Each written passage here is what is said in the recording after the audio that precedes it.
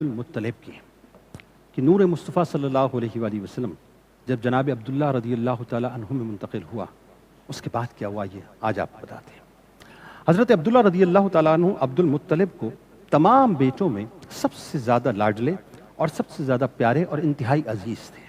چونکہ ان کی پیشانی میں نور محمدی صلی اللہ علیہ وآلہ وسلم اپنی پوری شان و شوکت کے ساتھ جلوگر تھا، اس لیے حسن و خوبی کے پیکر اور جمال صورت اور کمال سیرت میں یعنی مکمل طور پہ یوں سمجھ لیجئے کہ اپنی ایک معراج پہ نظر آتے تھے، اور پارسائی کا عالم یہ تھا کہ آپ سے بڑھ کے کوئی پارسا اس وقت تھا نہیں تھا۔ قبیلہ قریش کی تمام حسین عورتیں ان کے حسن و جمال پر فریفتہ اور ان سے شادی کرنے کی خواستگار تھی، مگر جناب عبد المطلب ان کے لیے ایک ایسی عورت کی تلاش میں تھے جو حسن و جمال کے ساتھ ساتھ حسب و نسب کی شرافت اور عفت و پارسائی میں بھی مکمل طور پہ ممتاز ہو۔ وہ ساری خوبیاں حضرت آمنہ رضی اللہ تعالی عنہا بنت وہب میں موجود تھیں۔ عبد المطلب نے اس رشتے کو خوشی خوشی منظور کر لیا، چنانچہ 24 سال کی عمر میں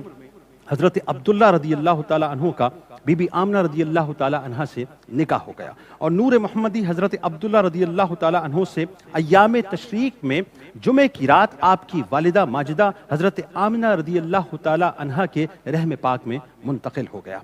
محدث ابو نعیم کی کتاب دلائل النبوہ میں ہے کہ جس رات حضور نبی کریم صلی اللہ علیہ وآلہ وسلم کا نور نبوت حضرت عبداللہ رضی اللہ تعالی عنہ کی پشت اقدس سے حضرت آمنہ رضی اللہ تعالی عنہ کے بطن مقدس میں منتقل ہوا، روئے زمین کے تمام چوپایوں خصوصاً قریش کے جانوروں کو اللہ تعالی نے گویائی عطا فرمائی، اور انہوں نے بزبان فصیح اعلان کیا کہ آج اللہ کا وہ مقدس رسول شکم مادر میں جلوہ گر ہو گیا جس کے سر پر تمام دنیا کی امامت کا تاج سجا ہے، جو سارے عالم کو روشن کرنے والا چراغ ہے۔ چنانچہ مشہور قول کے مطابق واقع اصحاب فیل سے 55 دن بعد 12 ربیع الاول بمطابق 20 اپریل 571 سن عیسوی کو سند الاصفیاء اشرف الانبیاء احمد مجتبیٰ محمد مصطفیٰ صلی اللہ علیہ وآلہ وسلم عالم وجود میں رونق افروز ہوئے، اور پاکیزہ بدن کے ساتھ بڑی توجہ رہے ناظرین، یہ تشریف آوری کسی عام انسان کی نہیں ہے، یہ رسول کریم صلی اللہ علیہ وآلہ وسلم کی تشریف آوری ہے۔ تو انتظام دیکھیے کہ اللہ تعالیٰ کیا فرما رہا ہے۔ پاکیزہ بدن کے ساتھ ناف بریدہ مختون کیے ہوئے خوشبو میں بسے ہوئے بحالت سجدہ مکہ مکرمہ کی مقدس سرزمین میں اپنے والد ماجد کے مکان میں پیدا ہوئے۔ دادا اس وقت طواف کعبہ میں مشغول تھے۔ یہ خوشخبری سن کر دادا عبد المطلب خوش خوش حرم کعبہ سے اپنے گھر آئے اور والہانہ جوش محبت میں اپنے پوتے کو اپنے سینے سے لگا لیا، پھر کعبے میں لے جا کر خیر و برکت کی دعا مانگی اور محمد صلی اللہ علیہ وآلہ وسلم نام رکھا۔ جب آفتاب رسالت طلوع ہوا ناظرین تو اطراف عالم میں بہت سے عجیب و غریب سے واقعات بطور علامات ظاہر ہونے لگے، جو ساری کائنات کو جھنجھوڑ جھنجھوڑ کر سید عالم صلی اللہ علیہ وآلہ وسلم کی آمد کی خوشخبری دے رہے تھے۔ چنانچہ باران رحمت سے سرزمین عرب سرسبز و شاداب ہو چکی تھی، اور برسوں کی خشک سالی مکمل طور پہ ختم ہو چکی تھی، اور جتنے بھی بت کعبۃ اللہ میں رکھے ہوئے تھے وہ اوندھے منہ گر چکے تھے۔ فارس کے مجوسیوں کی 1000 سال سے جلائی ہوئی آگ ایک لمحے میں ناظرین مکمل طور پہ بجھ گئی، یہاں تک کہ کسرا کے محل میں زلزلہ آ گیا اور اس کے 14 کنگرے جو تھے وہ منہدم ہو گئے، اور عالم یہ تھا کہ جو دریائے ساوا تھا وہ مکمل طور پہ خشک ہو گیا، یعنی سید عالم صلی اللہ علیہ وآلہ وسلم کی والدہ ماجدہ کے بطن سے ایسا نور نکلا ناظرین، ایسا نور نکلا کہ جس سے شام کے محلات مکمل طور پہ روشن ہو چکے تھے۔ رحمت عالم صلی اللہ علیہ وآلہ وسلم ناظرین دنیا میں تشریف لائے تو آپ صلی اللہ علیہ وآلہ وسلم نے سب سے پہلے ابو لہب کی لونڈی حضرت سویبہ رضی اللہ تعالی عنہ کا دودھ نوش فرمایا، پھر اپنی والدہ ماجدہ حضرت آمنہ رضی اللہ تعالی عنہ کے دودھ سے سیراب ہوتے رہے۔ اس کے بعد حضرت حلیمہ سعدیہ رضی اللہ تعالی عنہ کو آپ اپنے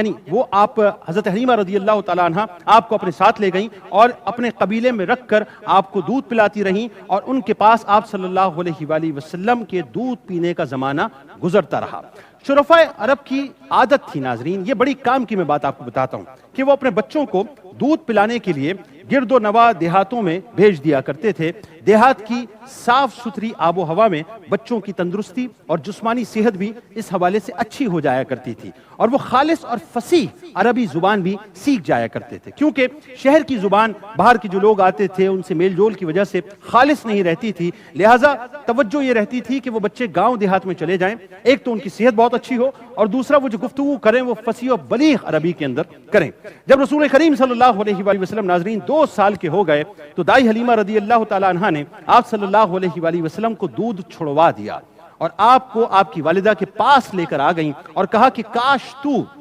اپنے بیٹے کو میرے پاس اور رہنے دے تاکہ یہ قوی ہو جائے، کیونکہ مجھے اس پر وبائے مکہ کا ڈر ہے۔ یہ سن کر بی بی آمنہ رضی اللہ تعالی عنہا نے آپ صلی اللہ علیہ وآلہ وسلم کو دائی حلیمہ سعدیہ رضی اللہ تعالی عنہا کے پاس ایک بار پھر بھیج دیا۔ بی بی حلیمہ رضی اللہ تعالی عنہا کہتی ہیں کہ ہم واپس آئے، 2 یا 3 مہینے گزرے تھے کہ ایک روز سید عالم صلی اللہ علیہ وآلہ وسلم اپنے رضائی بھائی عبداللہ کے ساتھ ہمارے گھروں کے پیچھے بکریاں چرا رہے تھے کہ آپ صلی اللہ علیہ وآلہ وسلم کا بھائی دوڑتا ہوا آیا اور کہنے لگا کہ میرے اس قریشی بھائی کے پاس 2 شخص آئے ہیں جن پر سفید کپڑے ہیں، اور انہوں نے پہلو کے بل ان کو لٹایا اور ان کا پیٹ پھاڑ دیا۔ یہ سن کر میں اور میرے خاوند دوڑ گئے، یہاں تک کہ ہم نے دیکھا کہ آپ صلی اللہ علیہ وآلہ وسلم کھڑے ہیں اور چہرے کا رنگ بدلا ہوا ہے۔ ہم دونوں نے یعنی ظاہر ان کو اپنی باہوں میں سمیٹ لیا، ان کو گلے سے لگا لیا اور پوچھا کہ بیٹا کیا ہوا؟ تو رسول کریم صلی اللہ علیہ وآلہ وسلم نے سارا ماجرا بیان کر دیا۔ اس واقعے کو ناظرین شق الصدر کہتے ہیں۔ سید عالم صلی اللہ علیہ وآلہ وسلم کا شق صدر 4 مرتبہ تاریخ بتاتی ہے کہ ہوا تھا۔ ایک مرتبہ بی بی حلیمہ سعدیہ رضی اللہ تعالی عنہا کے پاس، یہ اس لیے تھا کہ آپ صلی اللہ علیہ وآلہ وسلم جتنے بھی وساوس جو بچوں کے ذہن میں آتے ہیں ان سے مکمل طور پہ محفوظ کر دیے جائیں اور بچپن ہی سے اخلاق حمیدہ میں پرورش پائیں۔ دوسری مرتبہ تقریباً 10 برس کی عمر میں ہوا تھا کہ آپ کامل ترین اوصاف پر جوان ہوں۔ تیسری مرتبہ غار حرا میں بعثت کے وقت ہوا تھا کہ آپ وحی کے جو بوجھ ہے اس کو برداشت کر سکیں، اور چوتھی مرتبہ شب معراج میں ہوا تھا تاکہ آپ مناجات الہی کے لیے مکمل طور پہ تیار ہو جائیں۔ جب بی بی حلیمہ سعدیہ رضی اللہ تعالی عنہا نے یہ معاملہ دیکھا تو فوراً آپ صلی اللہ علیہ وآلہ وسلم کو مکے لے گئی اور آپ صلی اللہ علیہ وآلہ وسلم کو ان کی والدہ ماجدہ کے سپرد کر دیا۔ اس کے بعد سید عالم صلی اللہ علیہ وآلہ وسلم اپنی والدہ محترمہ کے پاس رہنے لگے تو حضرت ام ایمن رضی اللہ تعالی عنہا جو آپ کے والد کی باندی تھیں، آپ صلی اللہ علیہ وآلہ وسلم کی خاطرداری اور خدمت گزاری میں دن رات جی جان سے مصروف رہنے لگی۔ ام ایمن رضی اللہ تعالی عنہا کا نام ناظرین برکہ تھا۔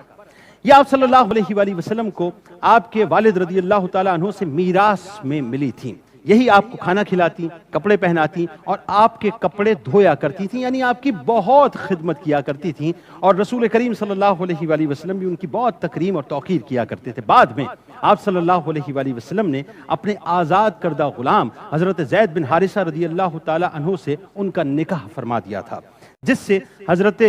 اسامہ بن زید رضی اللہ تعالی عنہ پیدا ہوئے۔ رسول کریم صلی اللہ علیہ وآلہ وسلم کی عمر شریف ناظرین جب 6 برس کی ہوئی تو آپ کی والدہ ماجدہ بی بی آمنہ رضی اللہ تعالی عنہا آپ صلی اللہ علیہ وآلہ وسلم کو ساتھ لے کر مدینہ منورہ آپ کے دادا کے ننیال بنو عدی بن نجار میں رشتہ داروں کی ملاقات کے لیے تشریف لے گئیں۔ حضور نبی کریم صلی اللہ علیہ وآلہ وسلم کے والد ماجد کی باندی ام ایمن بھی اس سفر میں آپ کے ساتھ ساتھ تھیں۔ وہاں سے واپسی پر ناظرین ایک بہت ہی یوں سمجھ لیجئے کہ دل سوز واقعہ ہوا کہ ابوا نامی گاؤں میں حضرت بی بی آمنہ رضی اللہ تعالی عنہا کی وفات ہو گئی اور وہ وہیں پر مدفون ہو گئیں۔ والد ماجد کا سایہ تو ولادت سے پہلے ہی اٹھ چکا تھا اور اب والدہ ماجدہ بھی آپ کو چھوڑ کر اس جہان فانی سے کوچ کر چکی تھی، لیکن حضرت بی بی آمنہ رضی اللہ تعالی عنہا کا یہ در یتیم جس آغوش رحمت میں پرورش پا کر پروان چڑھنے والا اور ان سب ظاہری اسباب تربیت سے بے نیاز ہونے والا تھا، یقیناً اس کو تاریخ نے دیکھنا تھا اور پورے عالم نے دیکھنا تھا۔ اس کے بعد ناظرین کیا ہوا یہ انشاءاللہ زندگی رہی تو کل آپ کو بتلاؤں گا۔ یہ باتیں میرے آپ کے آقا صلی اللہ علیہ وآلہ وسلم کی ہیں، میرے نبی پیارے نبی میں انشاءاللہ کل آپ سے دوبارہ ملاقات ہوگی۔ اس دعا، اس امید، اس یقین کے ساتھ اجازت دیں کہ اللہ تبارک و تعالیٰ آپ کا، ہمارا، ہم سب کا حامی و ناصر ہو۔ اللہ حافظ۔